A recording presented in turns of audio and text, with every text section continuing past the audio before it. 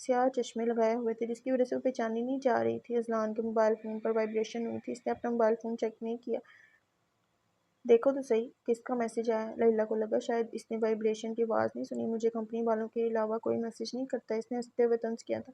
پھر اس نے mobile phone دیکھا۔ خیر ہمارا اگلا روٹ مڑی ہے، اس کے بعد ہم اسلام آباد جائیں گے اور پھر آخری بات کرنے کا اس کا دل نہیں کر رہا تھا۔ پھر تم اپنے راستے اور میں اپنے راستے، لیکن اگر تم مجھے گھڑ سواری اور تیر اندازی سکھا دو تو میں تم سے ملتی رہوں گی۔ اور ویسے بھی میرے جانے کے بعد یہ مت سوچنا کہ لیلا نے تمہارا پیچھا چھوڑ دیا۔ لیلا سلطان تمہیں دنیا کے کسی بھی کونے سے ڈھونڈ نکالے گی۔ وہ اذلان کا دل رکھ رہی تھی۔ اذلان اس کی بات سن کر بچوں کی طرح مسکرایا تھا۔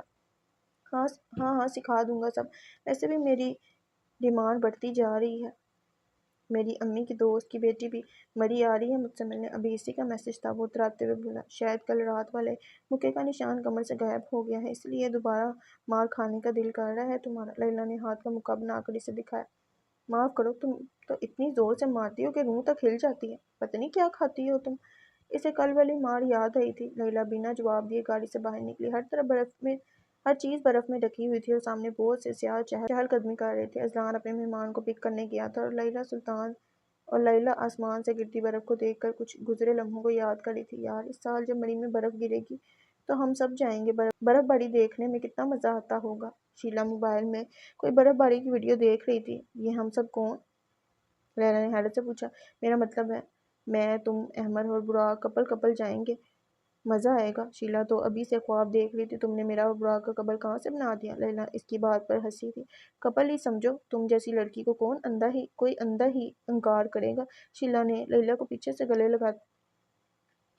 لگایا تھا اور لیلا نے چپتے ہوئے اسے خود سے دور کیا۔ یہ ہے سائرہ، میری امی کی دوست۔ اذلان کے ساتھ ایک لڑکی کو کھڑے دیکھا تو وہ حال میں واپس آئی۔ تمہاری بھی بچپن کی دوست ہے؟ وہ لڑکی اذلان کے ساتھ چپکی کھڑی تھی۔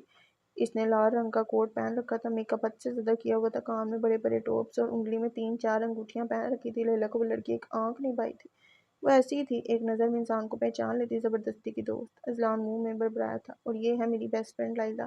اس نے لیلا کی طرف اشارہ کرتے ہوئے بتایا۔ لیلا نے حیرت سے دیکھا۔ اب وہ تینوں آگے چل رہے تھے۔ یہ ٹرپ کافی مزے کا ہونے والا تھا۔ میں ریزائن دے چکا ہوں، تو پلیز کسی بھی قسم کے کیس میں مجھ سے رابطہ مت کریں۔ اس نے 2 ٹوک بات کر کے فون بند کیا تھا۔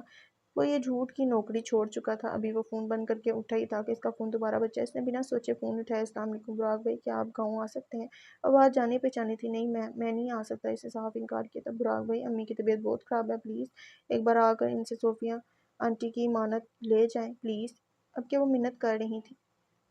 چھوٹی بات کو سمجھو، اگر میں واپس آ گیا تو میرے لیے کہیں اور جانا ممکن نہیں رہے گا۔ وہ اپنی ماں کی یادوں سے دور جا ہی نہیں سکتا تھا، وہ بس ناکام کوشش کر رہا تھا۔ پھر آپ مجھے اپنا ایڈریس بھیجیں، میں آپ کو آپ کی امانت پہنچا دوں گی۔ اتنا کہہ کر اس نے فون بند کیا۔ براق نے اپنا ایڈریس اسے بھیجا اور پھر تیار ہونے کے لیے واش روم کی طرف بڑھا۔ تھوڑی دیر بعد جب وہ باہر نکلا تو اس نے گرے رنگ کا ٹریک سوٹ پہن رکھا تھا۔ الماری سے ٹوپی نکال کر سر پر پہنی اور آنکھوں پر چشمہ لگا کر باہر کی طرف نکلنے لگا، تبھی اس کا فون بجا۔ اس نے رک کر کال اٹھائی۔ ہاں بولو، تم لوگوں نے سمجھ کیا رکھا ہے؟ پہلے لیلا نے اتنا تماشا لگایا اور اب تمہیں کیا ضرورت تھی جاب چھوڑنے کی؟ محتشم غصے میں آگ بگولا ہو رہا تھا۔ میں اپنی مرضی کا مالک ہوں، وہ سرد لہجے میں بولا تھا۔ اپنی بکواس بند کرو، تم لوگوں نے مجھے برباد کرنے کا ٹھیکہ اٹھا لیا ہے، لیکن میری ایک بات یاد رکھنا براق، اگر میں برباد ہوا تو بچو گے تم لوگ بھی نہیں۔ اس نے دھمکی دی تھی۔ تمہیں جو کرنا ہے کر لو، لیکن ایک بات میری بھی یاد رکھنا، اگر تمہاری وجہ سے میرے کسی قریبی کو کوئی نقصان پہنچے تو براق کے لیے تمہارا قتل کرنا کوئی مشکل بات نہیں ہے۔ وہ چلایا تھا۔ دھمکیاں کسی اور کو دینا، میں تم لوگوں کا باس ہوں، مجھ سے زیادہ چلاک مت بنو، ورنہ ہشام بھائی کے ساتھ جو ہوا تھا، اگر وہ سب تمہارے ساتھ ہوا تو سہ نہیں پاؤ گے تم۔ اتنا کہہ کر اس نے فون بند کیا۔ براق غصے میں باہر نکلا۔ میں تو اذلان کے ساتھ ہی بیٹھوں گی، تمہیں تو پتہ ہے نا مجھے کتنا ڈر لگتا ہے اذلان۔ وہ لوگ چیئر لفٹ کے پاس کھڑے تھے۔ سائرہ بچہ بننے کی ناکام کوشش کر رہی تھی اور اس کے ڈرامے بازی دیکھ کر لیلا کو سخت چڑ ہو رہی تھی، مگر اذلان نے سائرہ کو سمجھانے کے لیے منہ کھولا ہی تھا کہ لیلا نے اسے روکا۔ میں اکیلی بیٹھ جاؤں گی، ویسے بھی مجھے نازک کلی بن کر انٹینشن سیکر بننے کا کوئی شوق نہیں ہے۔ اس نے صاف صاف سائرہ پر طنز کیا تھا۔ سائرہ کے تو تن بدن میں آگ لگ گئی تھی۔ اذلان نے بڑی مشکل سے اپنی ہنسی کنٹرول کی۔ تو تمہارے لیے 2 ٹکٹ لے لوں؟ یہ نہ ہو ساتھ بیٹھے شخص کو تم آدھے راستے سے نیچے دھکا دے دو۔ اذلان نے لیلا کے کان میں بولا تھا۔ اگر کوئی تمہارے جیسا بیوقوف ہوا تو یہ نیکی کا کام بنا سوچے سمجھے کر دوں گی۔ اذلان کو ہلکی سی آواز میں جواب دے کر وہ 2 قدم پیچھے ہٹی۔ کیا بات کر رہے ہو تم دونوں، مجھے بھی بتاؤ۔ سائرہ ان دونوں کو آپس میں بات کرتے ہوئے دیکھ کر بولی، لیکن وہ دونوں اسے اگنور کرتے ہوئے آگے بڑھے اور سائرہ کا منہ فوراً منہ بن گیا تھا۔ تھوڑی دیر بعد وہ تینوں چیئر لفٹ میں چڑھے تھے۔ ابھی چیئر لفٹ پوری اوپر گئی بھی نہیں تھی کہ سائرہ چیخیں مارنا شروع ہو گئی تھی۔ لیلی آرام سے اکیلی بیٹھی ہوئی تھی۔ اذلان بار بار مڑ کر لیلی کو دیکھ رہا تھا۔ اس لڑکی میں کچھ تو خاص تھا جو اسے باقی لڑکیوں سے مختلف بناتا تھا۔ سائرہ اذلان کے ساتھ چپک کر بیٹھی ہوئی تھی۔ لیلی کو نہ جانے کیوں یہ سب دیکھ کر غصہ آ رہا تھا۔ مجھے ایسی لڑکیاں زہر لگتی ہیں جو جان بوجھ کر کیوٹ بننے کی ناکام کوشش کرتی ہیں، وہ تبتے ہوئے بولی۔ تھوڑی دیر بعد وہ لوگ چیئر لفٹ سے اترے تو پاس میں ہی ایک چھوٹی سی بچی مختلف پھولوں کے تاج لیے کھڑی تھی۔ لیلی کو معصوم سی بچی اتنی پیاری لگ رہی تھی کہ وہ خود کو اس کے پاس جانے سے روک نہ سکی۔ اذلان بھی اس کے پیچھے چل دیا اور اسے دیکھا دیکھی سائرہ بھی چل دی۔ آپی 200 کا ہے یہ تاج، وہ لیلی کو قیمت بتا رہی تھی۔ 200 کا کدھر سے آ گیا؟ لوٹ رہی ہو تم تو، یہ 20 روپے کا ملتا ہے، پیچھے سے سائرہ غصے میں بولی تھی۔ نہیں آپی، اتنے کے تو پھول بھی نہیں آتے، پھر اس کو بنانے میں میری ماں کی اتنی محنت لگتی ہے، پتہ ہے وہ صبح کو 4 بجے اٹھ کر یہ تاج بنانا شروع کرتی ہیں، پھر پورا دن میں یہ تاج بیچ کر۔ وہ بچی بڑی معصومیت سے بتا رہی تھی۔ لیلی کو اس کی کہانی سننا بہت اچھا لگ رہا تھا۔ بس بس، ادھر ہم تمہاری کہانی سننے نہیں آئے، زیادہ زیادہ یہ 50 روپے کا ہوگا۔ سائرہ اس کی بات کاٹتے بولی اور اب لیلی کی بس ہو گئی۔ تم نے یہ جو کوٹ پہن رکھا ہے اس کی قیمت کیا ہے؟ لیلی نے سائرہ سے سوال کیا تھا۔ پورے 20,000 کا ہے، اس نے شو آف کرتے ہوئے بولا۔ نہ تو 20,000 والی تمہاری شکل ہے، نہ ہی 20,000 کا یہ کوٹ، اس نے سائرہ کی شکل اور پھر کوٹ کی طرف اشارہ کرتے ہوئے بولا۔ اذلان اپنے منہ پر ہاتھ رکھتے ہوئے ہنسا۔ وہ اپنی باتوں سے آگ لگا دیتی تھی، لیکن پھر بھی تم نے اس کوٹ کے 20,000 دیے کیونکہ یہ ایک برانڈ کا کوٹ ہے۔ برانڈ پر جا کر تم جیسے لوگ ہزاروں لٹا سکتے ہو، لیکن جب ایک غریب کی باری آتی ہے تو تم لوگوں کو 200 روپے بھی چبھتے ہیں۔ What a double standard.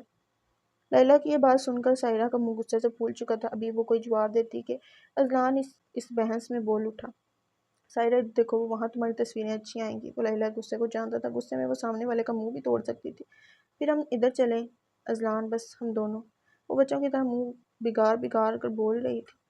جیسے تم کہو۔ اتنا کہنے کی دیر تھی اور سائرہ اس کی طرف بھاگی۔ اذلان نے چند ہزار روپے چھوٹی سی بچی کو پکڑایا اور اس کے کان میں کچھ بولا۔ بچی ہلکا سا مسکرائی تھی، پھر وہ سائرہ کے پیچھے چل پڑا اور یہ سب دیکھ کر لیلی کا غصہ اور بڑھ گیا تھا۔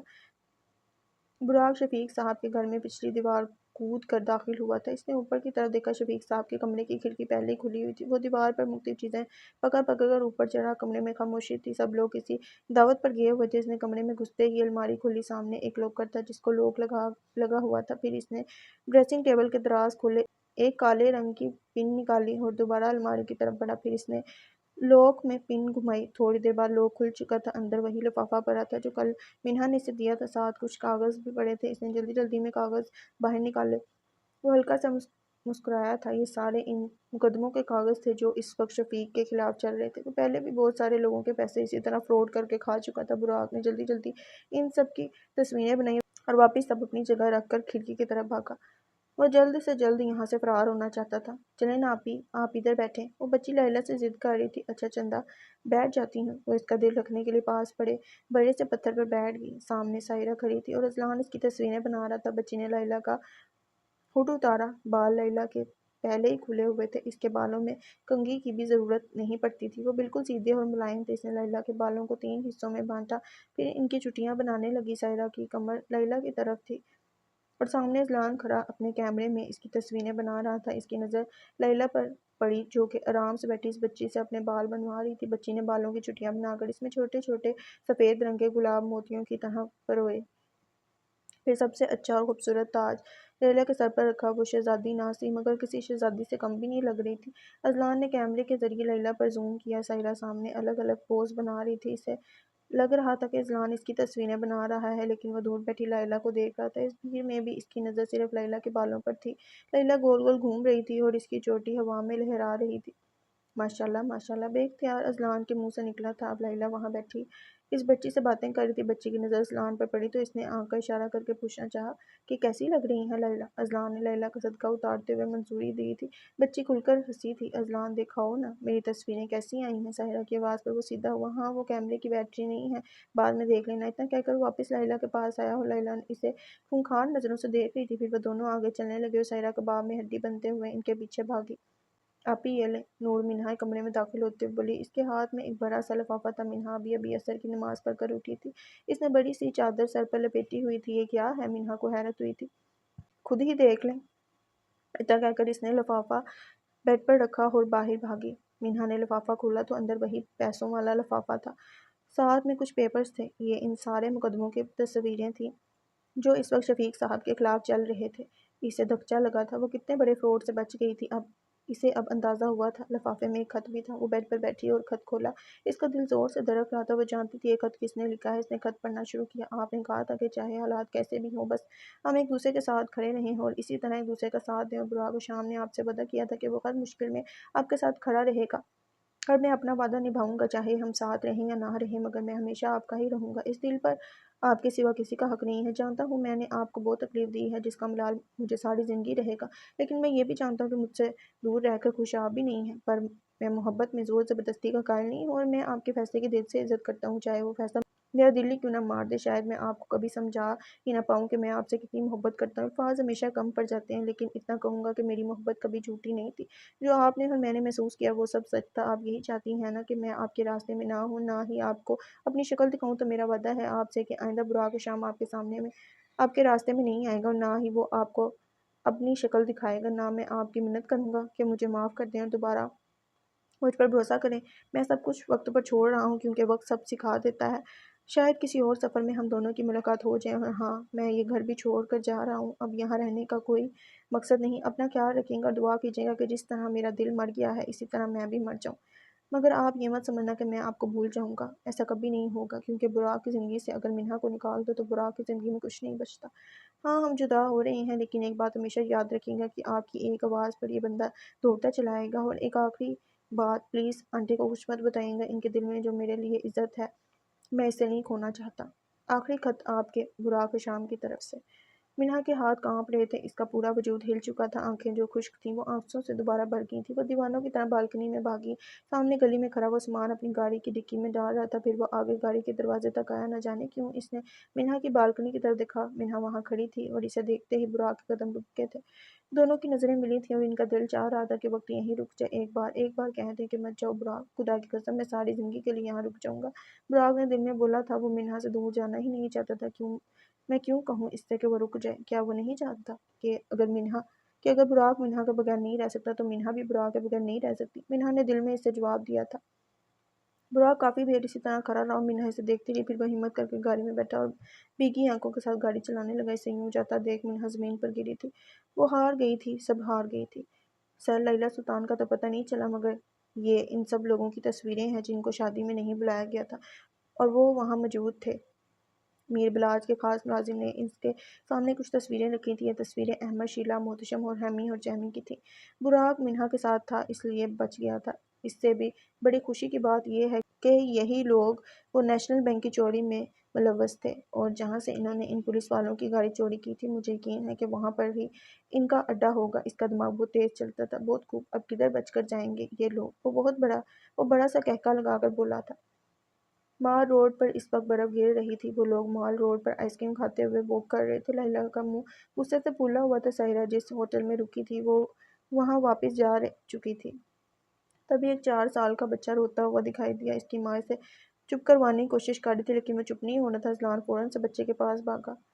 کیا ہوا ہے اسے؟ بچہ کافی زور زور سے رو رہا تھا۔ بیٹا، اس کی آئس کریم نیچے گر گئی ہے اور مجھ میں دوبارہ اوپر چل کر آئس کریم لانے کی ہمت نہیں ہے، عورت نے اذلان کو بتایا۔ اذلان نے بنا سوچے اپنی آئس کریم بچے کے ہاتھ میں دے دی۔ بچہ پل بھر میں خاموش ہو گیا تھا، پھر اذلان نے اس کی ماں کی اجازت لے کر اسے اپنی گود میں لیا اور اس کے ساتھ کھیلنے لگا۔ تھوڑی دیر پہلے جو بچہ رو رہا تھا اب اس کی ہنسی نہیں رک رہی تھی۔ دور کھڑی لیلی دیکھ کر مسکرائی تھی۔ اذلان کا دل واقعی صاف تھا، یہ تو وہ جانتی تھی۔ تھوڑی دیر بعد اذلان واپس آئے تو لیلی پھر سے غصے والا منہ بنا کر کھڑی ہوگی۔ پھر وہ دونوں دوبارہ واک کرنے لگے۔ اب جانے بھی دو غصہ، اذلان ہاتھوں کو آپس میں رگڑتے ہوئے بولا، جیسے تم کہو۔ لیلی نے اذلان کی نقل اتارتے ہوئے بولا، معاف کر دو مجھے میری ماں۔ اس نے لیلی کے آگے ہاتھ جوڑے تھے۔ جیسے تم کو۔ اس نے پھر اذلان کی نقل اتاری تھی۔ یار، میں بس لڑائی ہونے سے روک رہا تھا۔ اب وہ صفائی دے رہا تھا۔ جیسے تم کہو۔ اس نے اذلان کی ایک بات پکڑ لی تھی اور وہ بار بار وہی بول رہی تھی۔ بیچارے کا فضول میں تم نے منہ توڑ دینا تھا۔ اس نے لیلی کے غصے کا پتہ تھا۔ جیسے تم کہو۔ اذلان کے قدم رکے تھے۔ یہ لڑکی ایسے باز نہیں آئے گی، میری ایک بات مانو گی؟ اسے شرارت سوجی تھی۔ جیسے تم کہو، لیلی بے دھیانی میں بول رہی تھی۔ چلو پھر میرے ساتھ سنو مین والا ڈانس کرو۔ اذلان نے اس کی طرف ہاتھ بڑھاتے ہوئے بولا۔ جیسے تم، وہ کہتے کہتے رکی۔ ایک منٹ، اتنا فری کیوں ہو رہے ہو تم؟ ایک تو تم نے میرے سامنے اس لڑکی کی سائڈ لی، کیسے بول رہے تھے جیسے تم کہو؟ اس نے پھر سے اذلان کی نقل اتاری۔ جیلس ہو رہی تھی تم؟ اذلان اسے چڑھاتے ہوئے بولا۔ میں جیلس نہیں ہوتی۔ اس نے صاف انکار کیا تھا۔ کیا واقعی میں وہ جیلس ہو رہی تھی یا بس ویسے ہی اسے اذلان پر غصہ تھا؟ نہیں، تم جیلس ہو رہی ہو۔ وہ اب لیلا کو جان کے چھیڑ رہا تھا۔ منہ توڑ دینا ہے میں نے اب تمہارا۔ اس نے اذلان کی کمر پر ٹکا کر مکہ مارا تھا اور اذلان اپنی کمر رگڑ رہا تھا۔ مار کٹائی کے علاوہ تو تمہیں کچھ آتا ہی نہیں ہے۔ مکہ کافی زور سے لگا تھا۔ لیلا سلطان کو سب آتا ہے، اس نے اپنی تعریف کی تھی۔ اچھا پھر وہ سنو مین والا ڈانس کرو میرے ساتھ۔ اپنی بات کو منوا کے رہنا تھا اس نے۔ جا کے ساحرہ کے ساتھ کرو، میں کوئی تمہاری گرل فرینڈ نہیں ہوں۔ اس نے صاف انکار کیا تھا۔ ہائے ہائے، اس چپکلی کے ساتھ کون ڈانس کرے؟ اس نے برا سا منہ بنایا تھا۔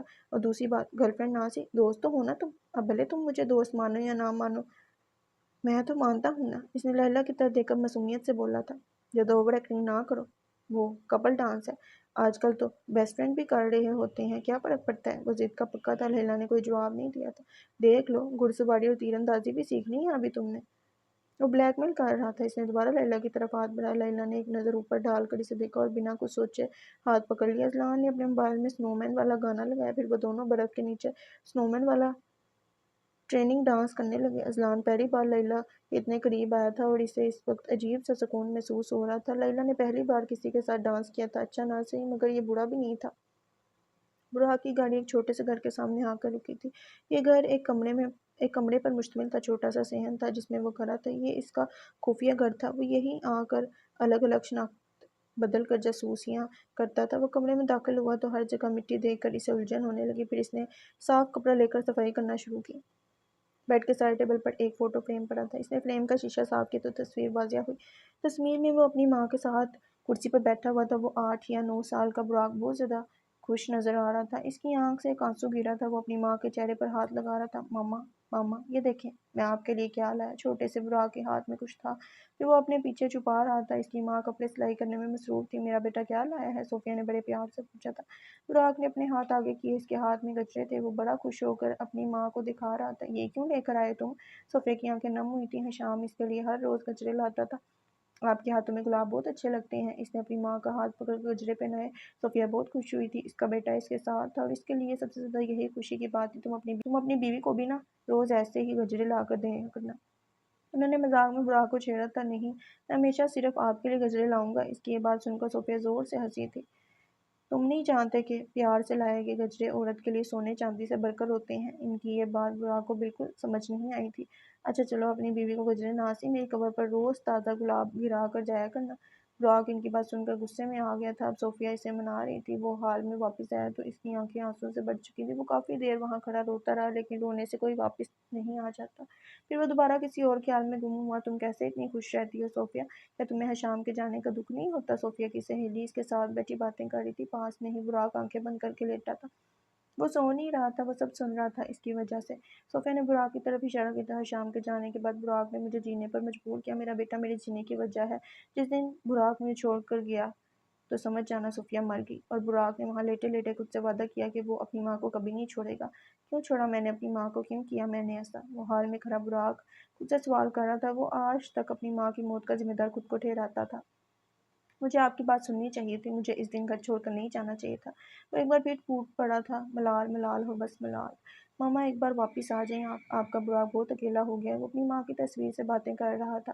اس کا جسم کانپ رہا تھا جیسے اس کی جان نکل رہی ہو۔ وہ خود سے اپنا قابو کھو رہا تھا۔ براق کہیں سے بھی نارمل نہیں لگ رہا تھا۔ اس نے جلدی سے اپنی جیب سے چند گولیاں نکالی اور اندر نکلی۔ تھوڑی دیر بعد وہ کچھ نارمل ہوا۔ تمہیں جو میں نے گولیوں کی تصویر بھیجی تھی، تم نے پتہ کیا وہ کس چیز کی گولیاں تھیں؟ ہاں، اپنی دوست ہنا سے بات کر رہی تھی۔ ہاں، میں نے اسی دن پتہ کر لیا تھا، بس ٹائم نہیں مل رہا تھا تمہیں بتانے کا۔ وہ وائٹ کوٹ پہنے اپنے دفتر میں بیٹھی تھی۔ PTSD کی وجہ سے لی جاتی ہیں یہ میڈیسن۔ انہا خاموشی سے سن رہی تھی۔ اگر آسان لفظوں میں سمجھاؤں تو یہ میڈیسن ایسا انسان لیتا ہے جسے کچھ پاس ٹراما کی وجہ سے نیند نہ آ رہی ہو یا ان ٹراما کی وجہ سے وہ سکون سے سانس بھی نہ لے پا رہا ہو۔ اسے اس کا ماضی خوابوں میں آ کر تنگ کر رہا ہو اور وہ اس سے بھاگنے کی کوشش کر رہا ہو۔ اس کی باڈی اب نارمل برتاؤ کر رہی ہو یا وہ خود سے کنٹرول کھو رہا ہو تو ایسے موقع پر خود کو تھوڑے وقت کے لیے نارمل کرنے کے لیے وہ انسان ان گولیوں کا استعمال کرتا ہے۔ اس نے منہا کو تفصیل سے بتایا تھا۔ تو اس میں کوئی خطرے کی بات تو نہیں ہے نا؟ اسے براق کی فکر ہوئی تھی۔ منہا، خطرے کی ہی تو بات ہے۔ ان گولیوں کے بہت زیادہ سائیڈ ایفیکٹس ہیں۔ کوئی بھی ڈاکٹر یہ میڈیسن نہیں دیتا اور نہ ہی میڈیسن نارملی میڈیکل سٹور سے ملتی ہے۔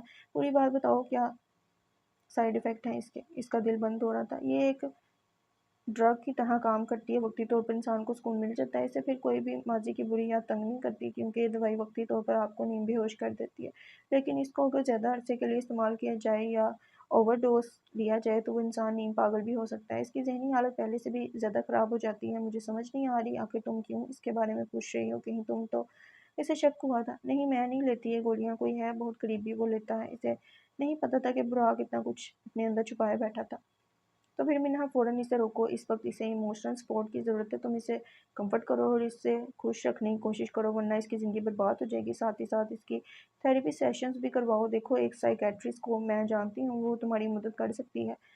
مینٹل ہیلتھ کوئی مذاق نہیں ہوتا، یہ بات تم جیسی پڑھی لکھی لڑکی اچھے سے جانتی ہے۔ منہا نے بنا کوئی جواب دیے فون بند کیا۔ وہ کیا کرے؟ بس یہی ایک سوال تھا جس کا اسے جواب نہیں آتا تھا۔ بڑے سے ہوٹل کے پچھلے لون میں چھوٹے چھوٹے ہنٹس بنے ہوئے تھے، دوسری طرف سے پورا مڑی دکھائی دیتا تھا۔ ایک ہنٹ کے اندر وہ دونوں آگ جلائے اس کے پاس بیٹھے تھے۔ تمہیں سب سے زیادہ کیا پسند ہے؟ اذلان نے سوال کیا تھا۔ بارش، مگر اذلان کی بارش کے ساتھ بہت بری یادیں وابستہ تھیں۔ اس نے منہ دوسری طرف کر لیا تھا۔ تمہیں کیا پسند ہے؟ اس نے خود کو نارمل کرتے ہوئے بولا۔ تمہارے بال۔ اس نے بے اختیار اس کے بالوں کو دیکھتے ہوئے بولا۔ لیلی نے جھٹ سے منہ اس کی طرف کیا، تبھی ساحرہ ان کے پاس آتی دکھائی دی۔ کیا ہو رہا ہے گائز؟ اس نے بیٹھتے ہوئے بولا۔ گھاس کھود رہے ہیں، تم بھی کھود لو، اذلان نے الٹا جواب دیا۔ تو تمہاری مذاق کرنے کی عادت گئی نہیں اذلان؟ بچپن میں بھی تم ایسے ہی تھے۔ اس نے لیلی کو دیکھ کر جان بوجھ کر بچپن کا ذکر کیا تھا۔ ویسے تم دونوں کب سے جانتے ہو ایک دوسرے کو؟ اس نے سوال کیا تو اذلان نے لیلی کی طرف دیکھا۔ یہی کوئی 1 مہینہ پہلے یہ میری گاڑی سے ٹکرائی تھی۔ اسے اپنی اور لیلی کی پہلی ملاقات اب تک یاد تھی۔ نہ کرو یار، میں بچپن سے اذلان کی دوست ہوں، اس نے آج تک مجھے بیسٹ فرینڈ نہیں بولا، اور تمہیں 1 مہینے میں بولتی ہیں؟ کون سا جادو کیا ہے تم نے؟ وہ اندر سے جل چکی تھی، بس سامنے سے اچھی بن رہی تھی۔ لیلی اس کے منہ بھی نہیں لگنا چاہتی تھی۔ تم بتاؤ نا اذلان، ایسا کیا ہے اس میں؟ اس کے اندر آگ لگی ہوئی تھی۔ لیلی سب سے مختلف ہے، یہ باقی لڑکیوں کی طرح مجھے امپریس کرنے کی کوشش نہیں کرتی، بلکہ میں خود اس سے امپریس ہو جاتا ہوں۔ یہ نڈر ہے، بہادر ہے، ہمت والی ہے، جو پوری دنیا سے اکیلے لڑ سکتی ہے۔ ایسی لڑکی کا دوست کون نہیں بننا چاہتا؟ اس نے لیلی کی طرف دیکھ کر بولا تھا۔ لیلی بھی اسی کی طرف دیکھ رہی تھی۔ لیلی کا مطلب ہے رات، اور واقعی تم رات کی طرح خوبصورت ہو، لیکن مجھے تو تمہارے بال سب سے زیادہ پسند ہے۔ وہ اس کی طرف دیکھ کر اس کی تعریف پر تعریف کر رہا تھا۔ لیلی کو حیرت ہوئی تھی، ساتھ ہی ساتھ اسے خطرہ لاحق ہوا تھا۔ ساحرہ کا منہ ٹماٹر کی طرح لال ہو گیا تھا، اس سے یہ سب برداشت نہیں ہو رہا تھا۔ اذلان، یاد ہے تم بچپن میں میری بھی کتنی تعریف کرتے تھے، اور ہماری وہ والی تصویر کتنی پیاری تھی؟ وہ لیلی کو جلانا چاہتی تھی۔ کون سی تصویر؟ اذلان کو یاد بھی نہیں تھا۔ وہ ابھی دکھاتی ہوں۔ اس نے فوراً اپنا فون کھولا۔ تھوڑی دیر بعد وہ تصویر اذلان اور لیلی کو دکھا رہی تھی۔ تصویر میں اذلان 5 سال کا درخت پر چڑھا ہوا تھا اور ساحرہ نیچے کھڑی رو رہی تھی۔ تصویر میں اذلان کا تھوڑا سا چہرہ نظر آ رہا تھا۔ لیلی کو کچھ یاد آیا تھا۔ تمہارے پاس اور بچپن کی تصویریں ہیں؟ لیلی نے بے اختیار پوچھا تھا۔ ہاں ہاں، یہ پورا فولڈر دیکھو۔ ساحرہ کو اور کیا چاہیے تھا؟ لیلی نے فوراً تصویریں آگے پیچھے کی اور آخر اسے اذلان کے بچپن کی تصویریں مل گئی تھیں۔ وہ 5 سالہ اذلان، نیلی آنکھیں، چہرے پر معصومیت۔ اسے کوئی یاد آیا تھا۔ ڈرو نہیں، میں تو تمہارے لیے کھانا لایا ہوں۔ لیلی وہ دن کیسے بھول سکتی تھی؟ میں تمہیں نہیں، تمہارے بالوں کو دیکھ رہا ہوں، یہ بہت پیارے ہیں۔ لیلی نے بے یقینی سے اذلان کی طرف دیکھا تھا۔ براق دنیا کا پہلا مرد تھا جس نے لیلی سلطان کو عزت دی۔ وہ دنیا کا پہلا مرد تھا جس نے لیلی سلطان کا تب ساتھ دیا جب وہ بے سہارا ہو چکی تھی۔ وہ دنیا کا پہلا مرد تھا جس نے مجھ سے ہمدردی کی، جسے میری پرواہ تھی۔ اس کی اپنی باتیں اس کے دماغ میں گھومی تھیں۔ وہ پہلا مرد براق نہیں تھا جسے اس سے ہمدردی ہوئی تھی، جس نے مشکل وقت میں اس کا ساتھ دیا تھا، جس نے اس کے بنا کہے اس کا خیال کیا تھا، یا جسے اس کی فکر ہوئی تھی۔ وہ براق تھا ہی نہیں، وہ اذلان تھا۔ لیلی غلط انسان میں اپنی خوشی تلاش کر رہی تھی۔ لیلی کو دھچکا لگا تھا، آنکھوں میں بے یقینی اتری تھی۔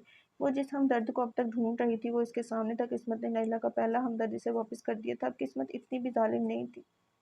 وہ کافی دیر خاموش بیٹھی رہی، پھر وہ بنا کچھ بولے وہاں سے اٹھی۔ اذلان کو کچھ سمجھ نہیں آئی تھی، وہ حیرت سے اسے جاتے دیکھ رہا تھا، اور ساحرہ ہنس رہی تھی۔ اسے لگ رہا تھا کہ لیلی جیلس ہو گئی ہے۔ بیوقوف سونیا بیگم براق کے جانے سے بہت زیادہ افسردہ ہو گئی تھیں۔ انہوں نے براق کو فون کیا تھا اور اس نے وعدہ کیا تھا کہ وہ ان سے ملنے ضرور آئے گا، مگر کب، یہ اس نے نہیں بتایا تھا۔ وہ منہا سے کچھ نہیں پوچھتی تھی، وہ جانتی تھی کہ اسے براق کے نام سے تکلیف ہوتی ہے۔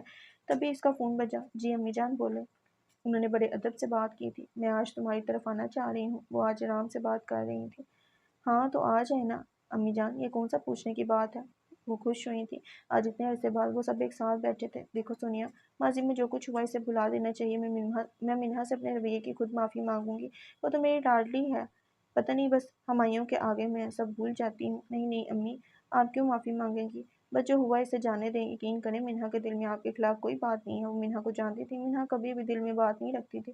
بس پھر اچھا سا کھانا تیار کرنا، آج رات کو ملتے ہیں۔ انہوں نے فون بند کیا، پھر مٹھائی اور دیگر چیزوں کا آرڈر دیا۔ آج وہ بھرپور طریقے سے رشتہ مانگنے جا رہی تھی۔ براق وہاں بیڈ کے پاس بیٹھے بیٹھے ہی سو گیا تھا۔ ان گولیوں کے بعد اسے اسی طرح سکون کی نیند آتی تھی۔ باہر گیٹ پر دستک ہو رہی تھی۔ 2-3 دستک کے بعد اس کی آنکھ کھلی، وہ بیڈ کا سہارا لیتے ہوئے اٹھا، اس کا سر چکرا رہا تھا۔ وہ خود کو سنبھالتے ہوئے باہر کی طرف بڑھا۔ اس نے اپنے گھر کا چھوٹا سا گیٹ کھولا، سامنے کوڑیے والا کھڑا تھا۔ سر، یہ کسی راشدہ نے براق کو شام کے لیے بھیجا ہے۔ راشدہ اس کی ماں کی دوست تھی۔ اس نے وہ لفافہ پکڑا، پھر وہ اندر کی طرف مڑا۔ اس کی آخری امانت اس تک پہنچا دی گئی تھی۔ اندر آ کر وہ بیڈ پر بیٹھا۔ اس نے خاکی لفافہ پھاڑا، اندر ایک خط تھا، ایک آخری خط، میرے پیارے بیٹے کا نام۔ اس نے پہلی لائن پڑھ کر خط واپس بند کر دیا۔ اس میں اتنی ہمت نہیں تھی کہ وہ یہ خط پڑھے۔ لیلی اور اذلان ہارس رائڈنگ کلب میں کھڑے تھے۔ آج اس نے لیلی کو گھڑ سواری سکھانی تھی۔ سائرہ ابھی تک سو رہی تھی۔ تبھی اچھا موقع دے کر وہ دونوں یہاں آ گئے تھے۔ سامنے ایک قطار میں بہت سارے گھوڑے کھڑے تھے۔ اذلان نے اپنے اور لیلی کے لیے ٹکٹ خریدا تھا۔ ان میں سے کوئی گھوڑا سلیکٹ کر لو، اذلان نے اس کے پیچھے سے بولا تھا۔ لیلی نے سیاہ رنگ کے لانگ بوٹ اور اوپر پینٹ شرٹ پہن رکھی تھی، سر پر گھڑ سواری والی ٹوپی پہن رکھی تھی۔ اذلان نے بھی لانگ بوٹ اور ساتھ میں ٹوپی پہن رکھی تھی۔ لیلی نے آگے بڑھ کر سیاہ رنگ کا عربی نسل کا گھوڑا چنا تھا۔ اذلان کو سفید رنگ کا گھوڑا اچھا لگا تھا۔ اس کے سفید ریشمی بال اسے پسند آئے تھے۔ اس کے بعد اذلان نے لیلی کو گھوڑے پر چڑھایا اور پھر اپنے گھوڑے پر بیٹھا۔ اذلان نے اپنے گھوڑے کی لگام کے ساتھ ساتھ لیلی کے گھوڑے کی لگام بھی پکڑ رکھی تھی۔ ان دونوں کے گھوڑے اب کھلے میدان کی طرف دوڑ رہے تھے۔ شروع میں لیلی کو تھوڑا ڈر لگ رہا تھا، لیکن پھر اسے مزہ آنے لگا تھا۔ ہوا میں اڑتے اس کے بال اذلان پر قیامت ڈھا رہے تھے۔ کل رات جو سچ لیلی کو پتہ چلا تھا، اس کے بعد اس کے دل میں اذلان کے لیے جگہ بن رہی تھی۔ کھلے میدان میں جا کر اذلان لیلی کو بتا رہا تھا کہ کیسے گھوڑے کو اور اس کی رفتار کو قابو کیا جاتا ہے۔ تھوڑی ہی دیر میں لیلی گھڑ سواری سیکھ چکی تھی۔ اذلان نے اس کے گھوڑے کی لگام چھوڑ دی تھی۔ لیلی نے لگام کو زور سے پکڑا اور اپنے گھوڑے کو بھگاتی ہوئی آگے لے گئی۔ اذلان اب اپنے گھوڑے کے ساتھ اس کا پیچھا کرنے لگا۔ ان دونوں کے گھوڑے ایک ساتھ بھاگ رہے تھے اور وہ دونوں ایک دوسرے کو دیکھ کر مسکرا رہے تھے۔ تھوڑی دیر کے بعد وہ دونوں تیر اندازی کرنے کے لیے ایک اور کھلے میدان میں کھڑے تھے۔ سامنے بڑا سا بورڈ تھا جس پر نشان لگے ہوئے تھے۔ لیلی نے اپنی کمان میں تیر ڈالا۔ اذلان اس کے پیچھے کھڑا اسے بتا رہا تھا، لیلی ایسے اپنی آنکھ کو بالکل تیر کے برابر رکھو۔ لیلی کو کمان کی سمجھ نہیں آ رہی تھی۔ اذلان تھوڑا آگے بڑھا۔ اس نے لیلی کے ہاتھ کے اوپر اپنا ہاتھ رکھا اور کمان کو سیدھا کرنے لگا۔ لیلی نے یکدم اذلان کی طرف دیکھا اور اذلان جیسے کمان سیدھا کرنا بھول گیا تھا۔ نیلی آنکھیں کالی آنکھوں کو دیکھ رہی تھیں۔ کچھ دیر کے لیے کچھ بدلا تھا، مگر کیا، اذلان نہیں جانتا تھا۔ لیلی کے پہلے کچھ تیر ٹارگٹ سے بہت دور لگے تھے، مگر اذلان کے بتانے سے وہ بہتر ہوتی جا رہی تھی۔ لیلی چیزیں جلدی سیکھ لیا کرتی تھی اور آخری تیر ٹارگٹ پر لگا تھا۔ پھر وہ کافی دیر تیر اندازی کرتی رہی۔ اس کے بعد وہ دونوں واپس اپنی گاڑی کی طرف بڑھے۔ یار کیا مسئلہ ہے اسے؟ اذلان اپنا فون چیک کر رہا تھا۔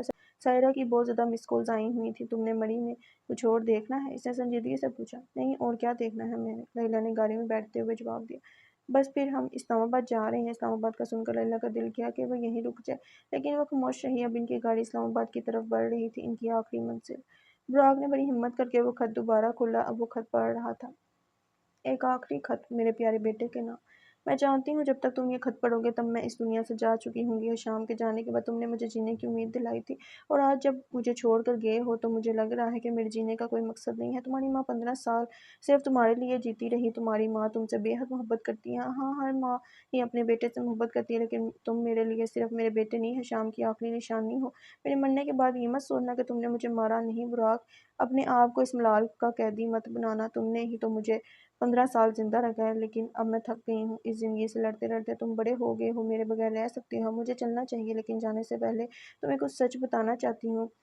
وہ میں نہیں تھی براق جس نے تمہیں تمہارے باپ سے دور کیا۔ ہاں، میں نے اسے نہ آنے کا بولا تھا، لیکن وہ اپنی رہائی کے بعد پھر بھی سب سے پہلے تم سے ملنے آیا تھا۔ ہاں براق، تمہارا باپ آیا تھا۔ تمہارا باپ تم سے بہت محبت کرتا ہے۔ میں نے ساری زندگی اس معاشرے کے ڈر سے تم سے جھوٹ بولا۔ وہ اپنے ان ہاتھوں میں تمہیں کھلاتا تھا، تمہیں پیار کرتا تھا۔ تمہارا نام تمہارے باپ نے ہی رکھا تھا، لیکن محلے کا ایک انسان شام کو غدار غدار کہہ کر بلاتا تھا۔ پورے معاشرے میں بدنام ہو چکا تھا۔ شام جب جب تمہاری طرف دیکھتا تھا اسے تمہاری فکر ہوتی تھی۔ ایک دفعہ جب وہ تمہیں باہر گلی میں لے کر گیا تو سب نے تمہیں غدار کا بیٹا بولا۔ تمہارے باپ کو ڈر لگنے لگا کہ اگر وہ تمہارے ساتھ رہا تو کہیں تمہیں ان سب باتوں کا سامنا نہ کرنا پڑے۔ تمہارا باپ تم پر ایک بات بھی برداشت نہیں کر سکتا تھا۔ پھر وہ چلا گیا، ہمیں ہمیشہ کے لیے چھوڑ کر۔ شام نے مجھ سے وعدہ لیا تھا کہ میں کبھی بھی تمہیں اس کے بارے میں نہ بتاؤں۔ وہ چاہتا تھا کہ تمہیں اس کے نام سے بھی دور رکھا جائے، نہ جانے کس نے تمہیں آج حشام کی گرفتاری اور ہماری ملاقات کا بتا دیا۔ وہ آدھا سچ تھا جس پہ یقین کر کے تم نے مجھے چھوڑ دیا، لیکن اب میں چاہتی ہوں کہ ملال کا یہ چکر ختم ہو۔ 15 سال میں نے اس ملال میں زندگی گزاری ہے، لیکن تم اس ملال میں زندگی مت گزارنا، تمہیں جینا ہوگا میرے لیے اور اپنے باپ کے لیے۔ اپنا خیال رکھنا اور خود کو کسی بھی چیز کے لیے قصوروار مت ٹھہرانا، تم واقعی معصوم ہو۔ براق تمہاری ماں۔ براق نے خط بند کر دیا۔ آج اس کا پہلی بار دل کیا تھا کہ کاش وہ وقت کو پیچھے لے جا سکتا، کاش یہ سب نہ ہوا ہوتا، زندگی میں یہ ایک کاش رہ ہی جاتا ہے۔ سر، ان کے اڈے کا پتہ چل گیا ہے۔ وہ بھاگتے ہوئے میر بلاج کی اسٹڈی میں داخل ہوا تھا۔ تیاری پکڑو، جلدی اپنے بندوں کو تیار کرو۔ میر بلاج جو کتاب پڑھ رہا تھا وہ جلدی سے اٹھا۔ سر، آپ بس حکم کریں، کب حملہ کرنا ہے؟ وہ ہاتھ باندھے کھڑا تھا۔ آج رات کو ہی ان سب کا کام تمام ہو جانا چاہیے۔ وہ شیطانی مسکراہٹ کے ساتھ بولا، یس سر۔ اس نے تھوڑا سا سر جھکایا تھا۔ یہ اتنی تیاری کیوں ہو رہی ہے؟ منہا کچن میں پانی پینے آئی تھی۔ آج تمہاری بی جان آ رہی ہیں۔ وہ ٹماٹر کاٹتے ہوئے بولی۔ منہا خاموش ہو گئی تھی۔ مجھے پتہ ہے تم ان سے غصہ ہو، لیکن منہا پرانی باتوں کو بھول کر آگے بڑھو۔ وہ منہا کو سمجھا رہی تھی۔ کچھ باتیں بھولنا آسان نہیں ہوتا امی، لیکن آپ کی خوشی کے لیے میں ان سے اچھے طریقے سے ملوں گی۔ اس نے سونیا بیگم کا برہم رکھا تھا۔ سونیا بیگم ہلکا سا مسکراتی۔ منہا کا فون بجا تھا۔ کال امشال نے کی تھی۔ منہا، تم جانتی ہو بابا کو ان چوروں کے اڈے کا پتہ چل گیا ہے، کچھ ہی دیر میں وہ سارے مارے جائیں گے۔ امشال بہت خوش تھی اور منہا کی آنکھیں بے یقینی سے بڑھ گئی تھیں۔ تم لوگوں کو کیسے پتہ چلا؟ منہا نے حیرت سے سوال کیا۔ وہ بینک والی چوری میں تم پولیس والے تو بیوقوف بن گئے تھے، مگر میرے بابا نے ان کا پتہ وہاں سے نکالا۔ بابا کی پہنچ بھی تو اوپر تک ہے۔ وہ اپنے باپ کی تعریف کے گن گا رہی تھی۔ منہا نے فوراً سے پہلے فون بند کیا۔ اس نے جلدی سے اپنی ای میلز چیک کی۔ سارے مبالغ چکر کے بعد تو وہ بینک والی چوری بھول ہی گئی تھی، ورنہ وہ کب کی ان سب کو پکڑ چکی ہوتی۔ اس نے ایڈریس دیکھا، پھر ایک نمبر ملایا اور کمرے کی طرف بھاگی۔ اسے براق کے علاوہ کسی اور کی بھی فکر تھی، لیکن کس کی؟ اذلان کی گاڑی مارگلا کی پہاڑیوں میں بڑھ رہی تھی۔ آج اسلام آباد میں بارش کا موسم تھا۔ تھوڑی دیر بعد بارش ہو رہی تھی۔ ہائیکنگ پر چلیں؟ اذلان کو گھومنے پھرنے کا بہت ہی شوق تھا۔ ہاں ٹھیک ہے، لیلی بنا بحث کیے مان گئی تھی۔ ایک بات مانو گے میری؟ لیلی نے اس کی طرف دیکھ کر بولا تھا۔ اللہ اللہ، ایسی کون سی بات ہے جو تم ایسے پوچھ رہی ہو؟ خیر حکم کرو سرکار۔ اس نے گاڑی ٹرن کرتے ہوئے بولا۔ تو اپنے گھر واپس نہیں جا سکتے؟ اس بات پر اذلان نے گاڑی روکی تھی۔ نہیں، کبھی نہیں۔ مجھ سے لوگوں کی باتیں برداشت نہیں ہوتی، خاص کر جب وہ میرے اپنے ہوں۔ اسے لوگوں کی باتوں کا خوف رہتا تھا۔ اذلان، اب بڑے ہو جاؤ، لوگوں کی باتوں کو دل سے لگاؤ گے تو زندگی کیسے گزرے گی؟ لوگوں کا کام ہے باتیں کرنا، تم اس طرح در بدر پھر کر ان سے پیچھا نہیں چھڑوا سکتے۔ تمہیں اپنے حق کے لیے لڑنا آنا چاہیے۔ لوگوں کو 2-3 جواب منہ پر دو یا ان کی پرواہ کرنا چھوڑ دو، پھر دیکھنا کیسے سیدھے ہوں گے سارے۔ تم ان کی وجہ سے اپنی ماں کے ساتھ زیادتی کر رہے ہو۔ جانتے ہو ماں باپ کے بغیر زندگی کیسی ہوتی ہے؟ آخری بات کہتے ہوئے وہ تھوڑی جذباتی ہو گئی تھی۔ مجھ سے پوچھو جس نے ساری زندگی ماں باپ کے بغیر گزاری ہے۔ اذلان، تم نہیں جانتے ماں باپ کا ہونا کتنی بڑی نعمت ہے۔ میں نے زندگی میں جتنی بھی تکلیفیں سہی، سب صرف اس لیے کہ میرے سر پر کوئی سایہ نہیں تھا۔ میرے پاس میرا باپ نہیں تھا جو میرے لیے پوری دنیا سے لڑ جاتا، نہ ہی میرے پاس میری ماں تھی جو مجھے زمانے سے بچا کر اپنی جھولی میں چھپا لیتی۔ تمہارے پاس سب ہے، تم کیوں ناشکری کر رہے ہو؟ اذلان خاموش ہو گیا تھا۔ وعدہ کرو تم اپنے ماں باپ سے ملنے جاؤ گے۔ اس نے اذلان کی طرف دیکھا۔ اچھا میں وعدہ کرتا ہوں، لیکن تم بھی وعدہ کرو کہ تم مجھ سے ملتی رہو گی، میرے ساتھ ٹرپ بھی پلان کیا کرو گی۔ وہ لیلی کے ساتھ رہنا چاہتا تھا۔ ٹھیک ہے، میں وعدہ کرتی ہوں۔ اس نے ہاتھ آگے بڑھایا۔ اذلان نے فوراً اس سے ہاتھ ملایا تھا۔ گاڑی پارک کرنے کے بعد وہ دونوں ہائیکنگ کے لیے نکلے۔ پتھریلے راستے پر وہ دونوں چل رہے تھے۔ ارد گرد گھنا جنگل تھا اور بیچ میں پتلی سی ٹریل تھی جس پر وہ دونوں ایک دوسرے سے آگے چلنے کی کوشش کر رہے تھے۔ براق اپنی گاڑی میں بیٹھ کر گودام کی طرف جا رہا تھا۔ آج وہ یہ گینگ چھوڑ دے گا، اس نے فیصلہ کر لیا تھا۔ تھوڑی دیر بعد اس کی گاڑی گودام کے باہر آ کر رکی تھی۔ اس نے دروازہ بجایا۔ دروازہ حمی نے کھولا تھا۔ اس کے بعد وہ سیدھا محتشم کے کمرے کی طرف بڑھا۔ دوسری طرف بی جان اور ہمایوں آ چکے تھے۔ وہ لوگ مٹھائی اور فروٹ کے بڑے بڑے ٹوکرے لائے تھے۔ سب اس وقت سونیا بیگم کے کمرے میں بیٹھے ہوئے تھے، لیکن منہا وہاں موجود نہیں تھی۔ وہ کسی کال پر مصروف تھی۔ امی اتنی چیزیں کیوں لے کر آئی ہیں؟ ہمارے گھر میں کھانے والے ہے ہی کون؟ سونیا بیگم شاید اب تک سمجھی ہی نہیں تھی کہ بی جان آج کس لیے آئی ہیں۔ یہ تو رسم ہوتی ہے، کرنا پڑتا ہے۔ کیسی رسم؟ مجھے کچھ سمجھ نہیں آیا۔ سونیا بیگم الجھ کر بولی، آج میں تم سے بھرپور طریقے سے منہا کا ہاتھ مانگنے آئی ہوں۔ اور ہمایوں ہلکا سا مسکرایا تھا۔ سونیا بیگم تھوڑی دیر کے لیے خاموش ہوئی تھی۔ تمہیں یہ رشتہ منظور ہے؟ بی جان نے بڑے جوش سے پوچھا تھا۔ نہیں، ہرگز نہیں، سونیا بیگم نے صاف انکار کیا تھا اور بی جان کی مسکراہٹ پھیکی پڑ گئی تھی۔ پہلے اس رشتے سے صرف منہا کو اعتراض تھا، مگر اب مجھے بھی یہ رشتہ منظور نہیں۔ انہیں ہمایوں کے فون کال پر کی گئی ایک ایک بات یاد تھی۔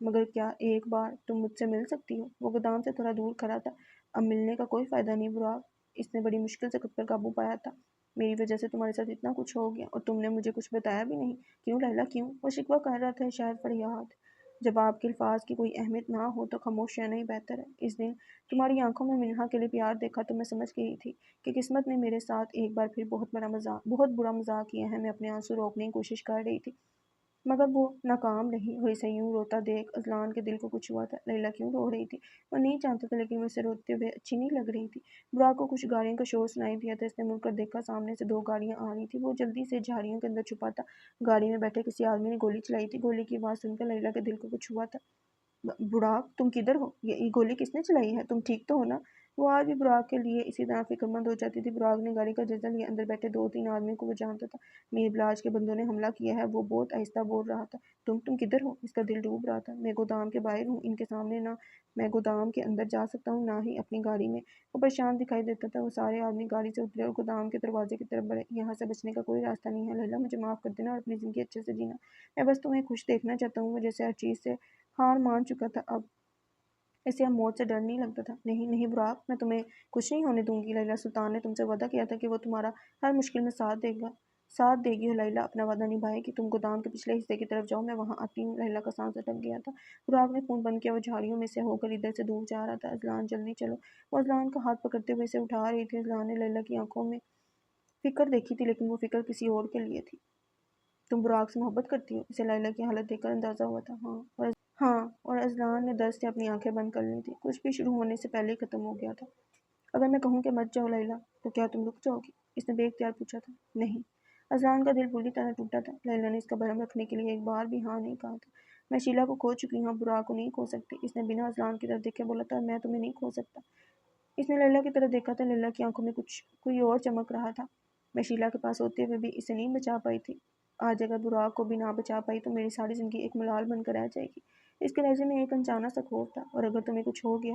اسے صرف لیلا کی فکر تھی۔ پلیز اذلان، اس وقت مجھے براق کے پاس لے چلو، اس کی زندگی کا سوال ہے، میں اسے یوں نہیں چھوڑ سکتی۔ اس نے پہلی بار اذلان کی منت کی تھی اور آج لیلا کو یوں براق کے لیے دیوانہ ہوتا دیکھ اذلان خان کی آنکھیں پہلی بار نم ہوئی تھی۔ پھر وہ اٹھا اور آگے کی طرف بڑھا۔ گودام یہاں سے بس 10 منٹ دور تھا اور لیلا کے لیے یہ 10 منٹ جیسے 10 گھنٹے تھے۔ اس نے احمد کو کال کر کے سب بتایا تھا اور اس وقت گودام کے اندر بھی ایک ہنگامہ چل رہا تھا۔ سب لوگ تہخانے سے بھاگنے کی تیاری کر رہے تھے۔ لیلا نے اپنے لیے بھی گن منگوائی تھی، اس لیے احمد نے 2 گنز پکڑی ہوئی تھی۔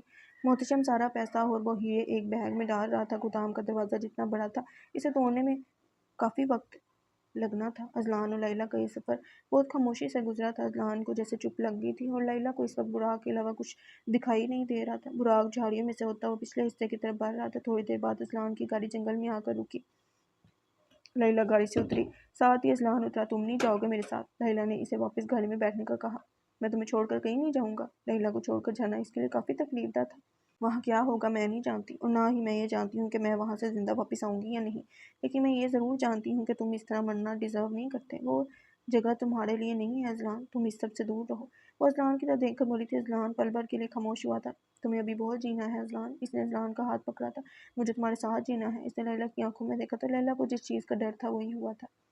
تم سب کی آنکھیں پڑھ لیتی ہو تو آج میری آنکھیں بھی پڑھو اور بتاؤ ان میں کون چمک رہا ہے؟ اس نے جھک کر اپنی آنکھیں لیلا کے سامنے کی تھی۔ مت کرو اذلان، اتنی جلدی تمہیں محبت نہیں ہو سکتی، یہ بس اٹریکشن ہے، کچھ دنوں میں تم مجھے بھول جاؤ گے۔ اس نے منہ دوسری طرف موڑا تھا۔ وہ جانتی تھی کہ اذلان کیا محسوس کر رہا تھا، بس وہ خود سے اور اذلان سے جھوٹ بول رہی تھی۔ میں نہیں جانتا مجھے تم سے محبت ہے یا نہیں، مجھے تو محبت کا مطلب بھی نہیں پتا، مگر میں یہ ضرور جانتا ہوں کہ مجھے تمہاری عادت ہے، اور عادت محبت سے زیادہ خطرناک ہوتی ہے۔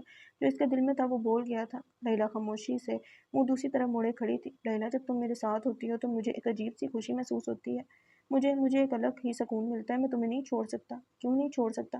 میں نہیں جانتا تم میرے لیے کیا ہو، میں یہ بھی نہیں جانتا، بس اتنا جانتا ہوں کہ میں تمہارے بغیر اب جینے کا سوچ بھی نہیں سکتا۔ وہ کچھ دنوں میں ہی اذلان پر جادو کر گئی تھی، محبت کا جادو۔ اذلان نے لیلا کا ہاتھ اور مضبوطی سے تھام لیا تھا۔ لیلا کے لیے لمحہ بہت مشکل تھا۔ وہ کتنی دیر خاموش کھڑی رہی۔ لیلا اذلان کا دل بھی نہیں توڑنا چاہتی تھی، لیکن وہ یہاں رک بھی نہیں سکتی تھی۔ پھر لیلا نے سامنے جھاڑیوں میں سے براق کو آتے دیکھا۔ اسے دیکھتے ہی لیلا کے ہاتھ چھڑوانے کی کوشش کی۔ لیلا نے ہاتھ چھڑوانے کی کوشش کی، لیکن اذلان ہاتھ نہیں چھوڑ رہا تھا۔ مت جاؤ، اس نے بے بسی کے عالم میں کہا تھا۔ کاش میں رک سکتی۔ براق کو دیکھ کر اس کے لیے رکنا ناممکن تھا۔ اس نے زور سے اذلان سے اپنا ہاتھ چھڑوایا تو اذلان نے ہاتھ چھوڑ دیا۔ جانے والے کو جانے دینا چاہیے۔ اس کہانی کا اصل تیسرا کردار اذلان خان تھا۔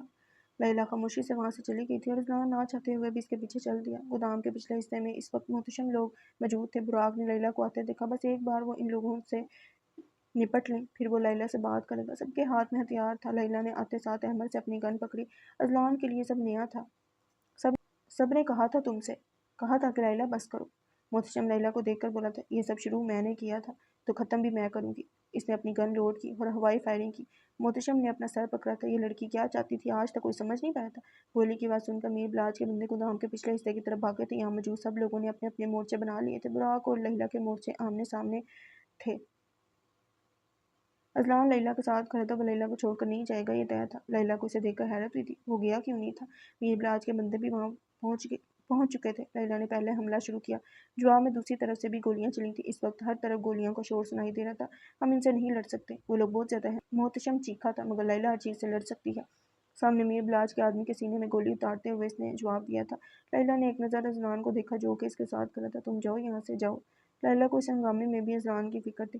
میں تمہیں چھوڑ کر نہیں جاؤں گا، میں نہیں جاؤں گا، وہ گھبراتے ہوئے بولا۔ لیلا نے جوابی فائرنگ کی۔ سامنے ایک آدمی کے سر پر گولی لگی تھی۔ میں نے کہا نا تم جاؤ یہاں سے، اور یہ میرا فون بھی لے جاؤ۔ اس نے جلدی سے اذلان کو اپنا فون دیا۔ تم بھی چلو میرے ساتھ، چلو پلیز، چلو میرے ساتھ، وہ منت کر رہا تھا، صرف تم جاؤ گے یہاں سے۔ وہ پھر سے فائرنگ کرتے ہوئے چلائی تھی۔ ہر طرف قیامت کا عالم تھا۔ گولیوں کی آوازیں پورے جنگل میں گونج رہی تھی۔ لیلا مت کرو مجھے یوں اکیلا، مت چھوڑنا، وہ بے اختیار رویا تھا۔ اذلان بات کو سمجھو، ابھی جاؤ یہاں سے، میں وعدہ کرتی ہوں کہ ہم دوبارہ ملیں گے اسی طرح کی کسی بھیگی شام میں، کسی اداس رات میں، کسی ڈوبے کل میں، لیکن ہم دوبارہ ملیں گے۔ اذلان میرا یقین کرو۔ اس کی گن خالی ہو گئی تھی، وہ دوبارہ بلیٹ بھر رہی تھی۔ آج اسے سب ختم کرنا تھا۔ اذلان پلیز جاؤ۔ اس نے اذلان کو دور دھکا دیا تھا۔ اذلان اس کی بات کا مان رکھتے ہوئے وہاں سے واپس مڑا تھا۔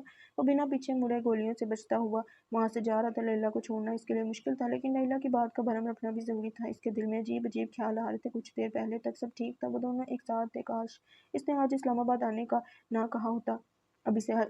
اب اسے اس چیز کا ملال ہو رہا تھا۔ دوسری طرف براق جوابی فائرنگ کر رہا تھا۔ اس کے سر پر بھی جنون سوار تھا۔ وہ لیلا سے معافی مانگے بنا مرنا نہیں چاہتا تھا۔ دور سے پولیس کا سائرن بجا تھا۔ پولیس کی گاڑی سے منہا اتری تھی۔ امشال کی کال کے بعد ہی اس نے پولیس کو اس سب میں شامل کر لیا تھا۔ پولیس کا سائرن سن کر سب لوگ اپنی اپنی جگہ چھوڑ کر بھاگنے لگے۔ محتشم نے پیسوں والا بیگ پکڑا۔ وہ ماسٹر مائنڈ تھا، وہ جانتا تھا اب اسے کیا کرنا ہے۔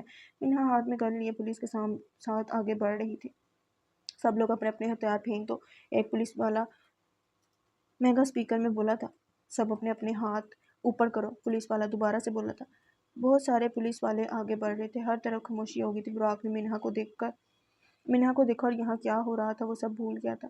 یاد تھی تو بس منہا اور اس کی محبت۔ پھر وہ بے اختیار اس کی طرف بڑھنے لگا۔ منہا نے بھی براق کو اپنی طرف آتا دیکھا تو وہ رکی۔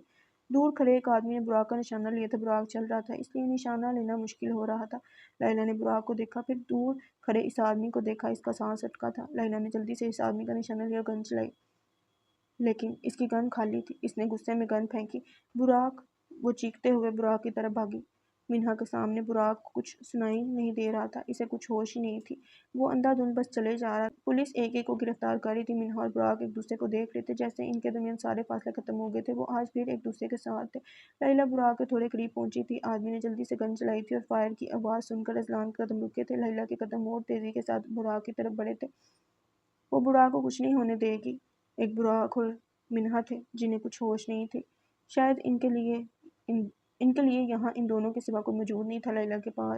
لیلا نے پاس پہنچ کر براق کو دور دھکا دیا۔ دھکا کھا کر وہ ذرا ہوش میں آیا۔ خواب کی کیفیت ٹوٹی تھی۔ لیلا نے اپنا وعدہ پورا کیا تھا، وہ براق کو بچا چکی تھی۔ پھر اس نے پھرتی کے ساتھ پیچھے ہونے کی کوشش کی، لیکن شاید وہ بہت دیر ہو چکی تھی۔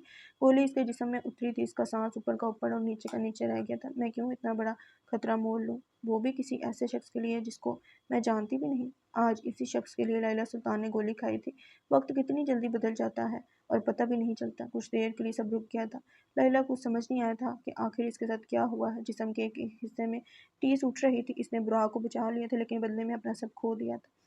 اذلان ابھی تک اپنی گاڑی پر رکا ہوا تھا۔ منہا کا منہ شوق کے مارے کھلا تھا۔ براق ہوش میں آ چکا تھا۔ اس نے مڑ کر لیلا کی طرف دیکھا۔ اس کی شرٹ سے خون نکل رہا تھا۔ وہ لڑکھڑاتی ہوئی نیچے گر رہی تھی۔ براق کی آنکھیں حیرت سے پوری کی پوری کھل گئی تھیں۔ یہ سب کیسے ہوا؟ وہ نہیں جانتا تھا۔ براق نے بے اختیار اپنے بازو آگے بڑھائے تھے اور لیلا اس کے بازو میں آ کر گری۔ لیلا، وہ چیخا تھا اور ازلاں نے مڑ کر یہ سب دیکھا تو اس لمحے سے لگا تھا جیسے گولی کسی نے اس کے سینے میں اتار دی ہو۔ میں مرنے سے زیادہ مارنے پر یقین رکھتی ہوں۔ لیلی کے ذہن میں اپنی ہی بات گھومی تھی۔ وہ اداسی سے مسکرائی تھی۔